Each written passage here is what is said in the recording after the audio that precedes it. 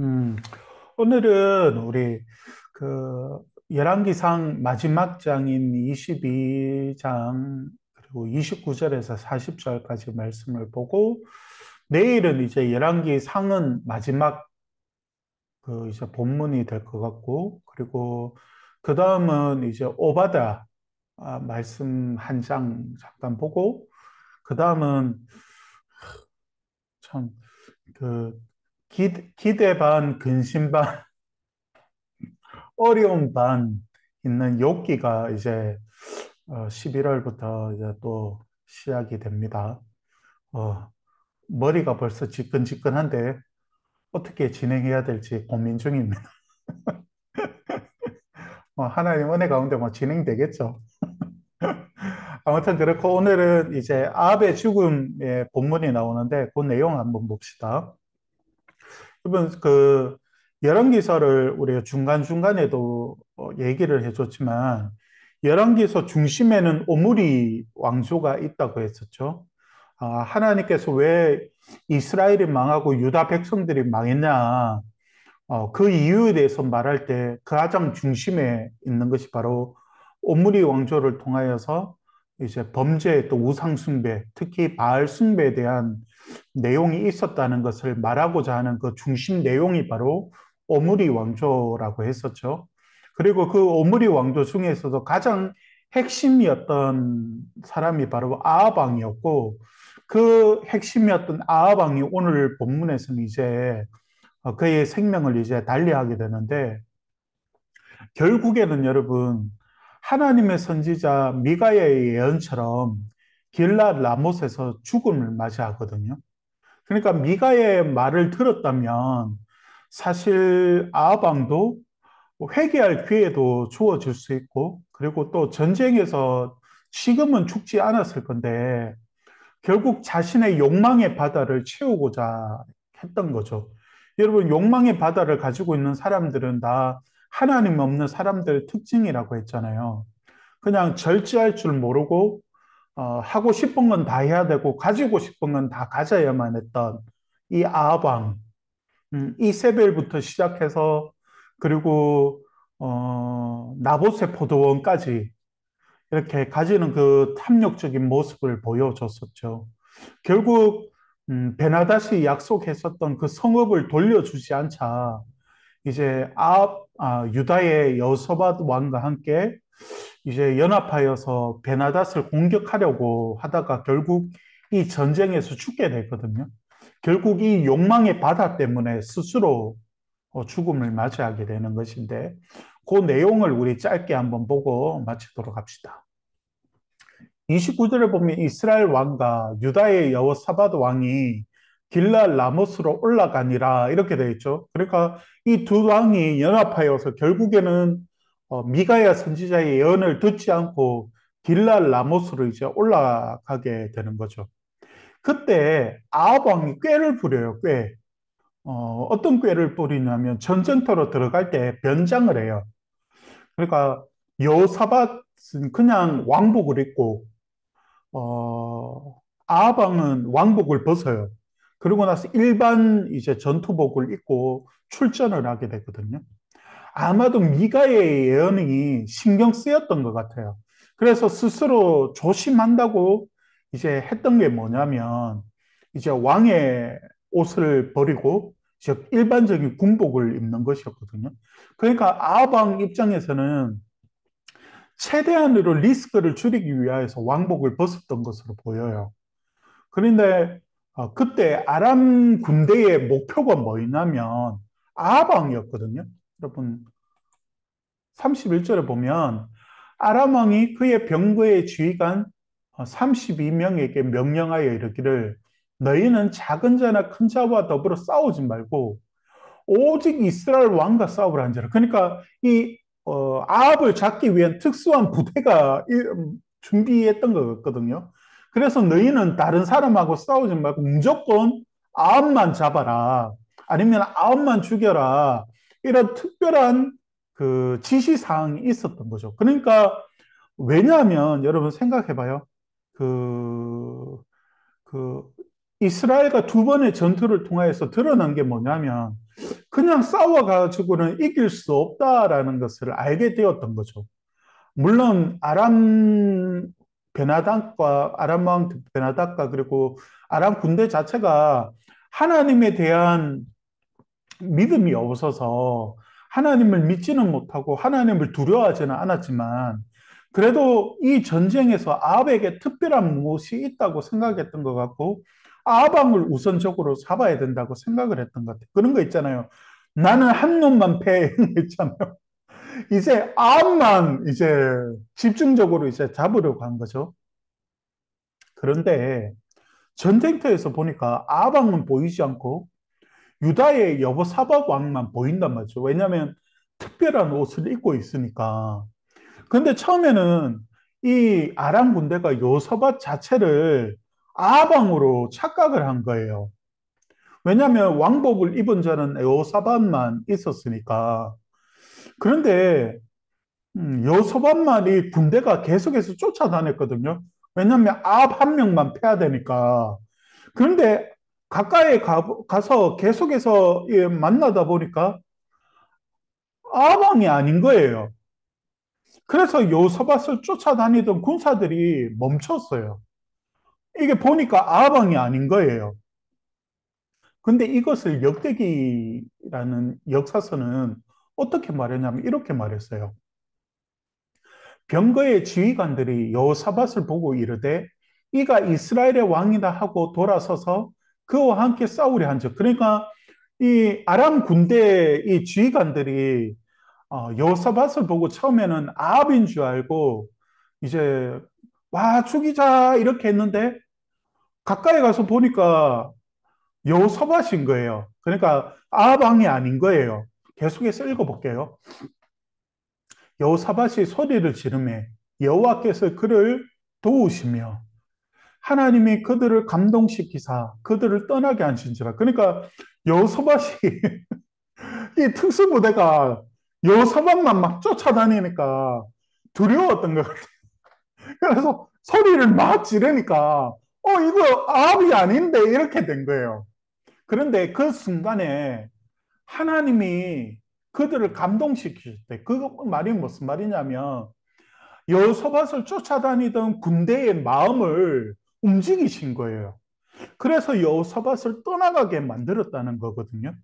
그러니까 한마디로 말하자면 하나님께서 여호사밧을 지키신 거예요. 왜냐하면 그에게는 믿음이 있는 왕이었으니까. 그래서 아람 군대들이 여호사밧을 떠나게 만드는 거죠. 이것만 보면 아방의 지략이 통했던 것 같아요. 왜 그렇게 보이죠?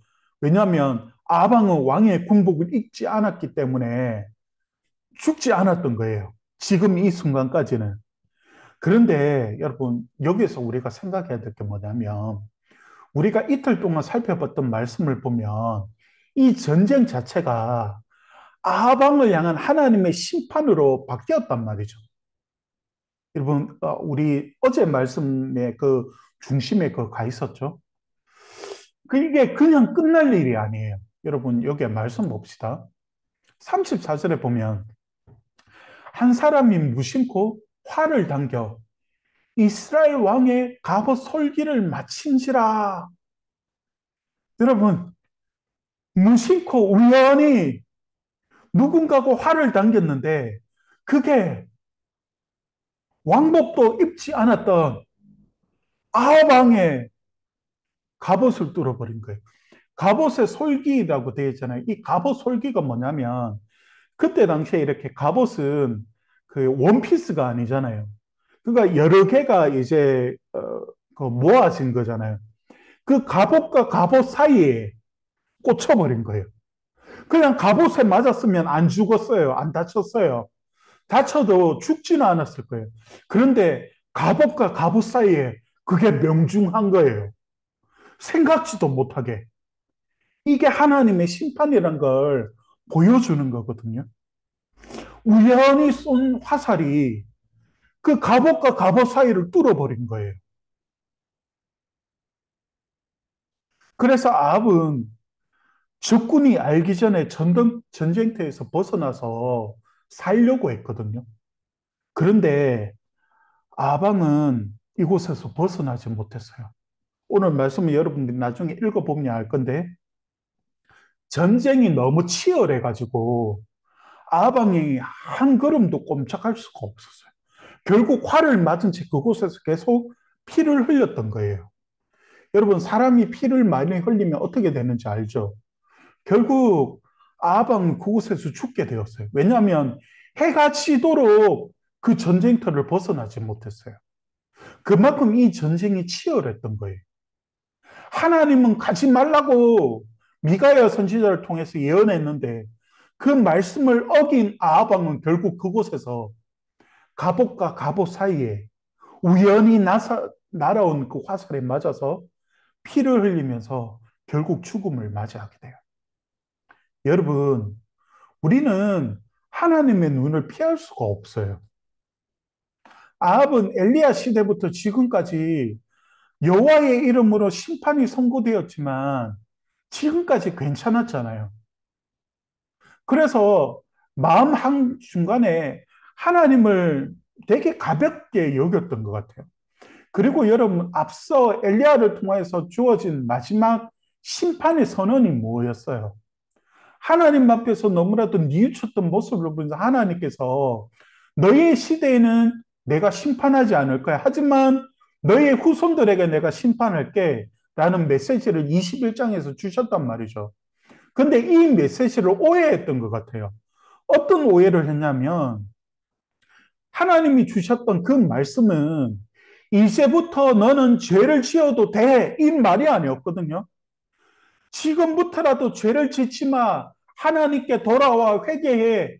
나의 말씀을 쫓아서 너는 살아. 이런 뜻이었는데 하나님 말씀이 이제는 너의 시대에는 그 벌을 내리지 않는다는 이 말씀 자체를 아합이 오해한 나머지 그 다음부터 죄를 지어도 된다는 말씀으로 오해했던 것 같아요. 그러니까 미가야의 선지자의 말씀을 듣지 않았던 거라고요. 그래서 스스로 말씀을 오해한 나머지 결국 전쟁터에 나가다가 자신의 죄 때문에 죽어버린 거예요. 이렇게 22년의 아합의 통치가 하나님 말씀을 거역함을 통하여서 죽어버림으로 막을 내리게 돼요. 정치가로서는 많은 업적을 남겼겠지만 하나님께는 가장 악한 왕으로 이 마지막이 기록되게 되었어요.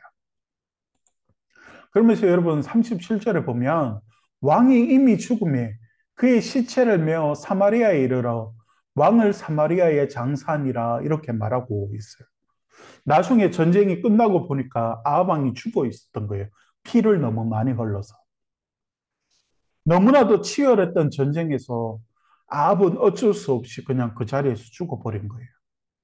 그런데 미가의 예언처럼 그가 흘린 피를 개들이 와서 핥았다고 성경은 말하고 있어요. 하나님의 예언 그대로 심판 그대로 되어진 거예요. 여러분 21장 말씀 볼까요? 너는 그에게 말하여 이르기를 여호와의 말씀이 네가 죽이고 또 빼앗았느냐 하셨다 하고 또 그에게 이르기를 여호와의 말씀이 개들이 나봇의 피를 핥은 곳에서 개들이 네 피 곧 내 몸의 피도 핥으리라 하였다 하라. 이 말씀 그대로 아합이 흘린 피를 개들이 와서 핥아 버렸어요. 그리고 성경 오늘 본문을 보면 그의 아들 아시아를 언급하며 오늘 본문은 끝이 나요. 성경은 그의 다른 업적은 말하지 않고 하나님께는 아합의 여러 왕으로서의 업적이 중요한 것이 아니었어요. 여러분, 하나님은 우리가 세상에서 얼마나 위대한 일을 행하고 얼마나 많은 것을 행하고 얼마나 많은 것을 가졌느냐가 중요한 것이 아니에요. 하나님은 우리의 믿음을 보시고 우리의 중심을 보세요. 아합왕도 마찬가지였거든요. 아합왕이 세상의 그 돌에 비석에 기록될 정도로 위대한 왕이었다는 건 하나님께는 중요하지 않은 것이었어요. 하나님은 어떻게 보고 계시냐면 그의 믿음을 판단하셨거든요. 이세벨에 하나님의 원하시지 않는 그 결혼을 시작으로 온 이스라엘이 바알을 숭배하도록 만들었던 왕으로 하나님은 기억하고 있는 거예요. 그 시대의 여호와의 제단을 무너뜨리고 그 시대의 여호와의 이름이 사라지도록 만들었던 악한 왕, 가장 악한 왕으로 성경은 그를 기록하고 있다는 걸 여러분 우리는 주목해야 돼요. 우리는 아합 왕을 보면서 세 가지를 확인하게 되거든요. 첫 번째는 하나님을 속인다고 속일 수 없다는 것. 두 번째로 피한다고 하나님을 피할 수 없다는 것. 세 번째로 하나님께 도망친다고 도망할 수 없다는 거예요. 하나님은 미가야 선지자를 통하여서 말씀을 전했지만 아합 왕은 그를 욕하고 감옥에 가두었어요. 하지만 그의 예언대로 왕의 옷을 벗고 일반 군사의 옷을 입었지만 아람 군대는 속였지만 하나님은 속일 수 없었어요. 결국 날아온 화살에 그는 죽어버리고 말았어요. 그리고 그는 도망할 수 있다고 도망한 것이 아니었어요. 화살에 맞았지만 도망갈 수가 없었어요. 해가 지도록 치열한 전쟁터 때문에 그곳을 벗어날 수가 없고 결국 미가의 예언대로 길랄 라못에서 죽어버리게 되었어요. 여러분, 우리도 마찬가지거든요. 하나님의 눈은 절대 피할 수가 없어요. 그리고 하나님을 속일 수도 없고 하나님을 피해 도망갈 곳도 없어요. 여러분, 음, 우리는 그래서 하나님을 더 의지하고 하나님 말씀을 더 쫓으려고 하고 그리고 하나님 말씀밖에 순종하려고 하는 삶이 중요한 이유가 여기에 있거든요. 여러분, 하나님은 세상에서 우리가 얼마나 위대한 것인가를 보시는 하나님이 아니세요. 하나님은 우리가 우리의 중심을 다해서 믿음을 가지고 하나님 말씀을 얼마만큼 순종하며 하나님 말씀에 따르려고 하는지에 대한 우리의 중심을 보시는 하나님이시거든요. 그래서 오늘 큐티할 때 아합의 삶이 아닌 정말 하나님 말씀 앞에 살아드리려고 반응하려고 하는 그 모든 삶의 순종함을 내 삶을 바라보면서 여러분 큐티하면서 내 스스로에게 질문해보고 그렇게 하는 시간이 되었으면 좋겠어요. 그러면 오늘 본문에서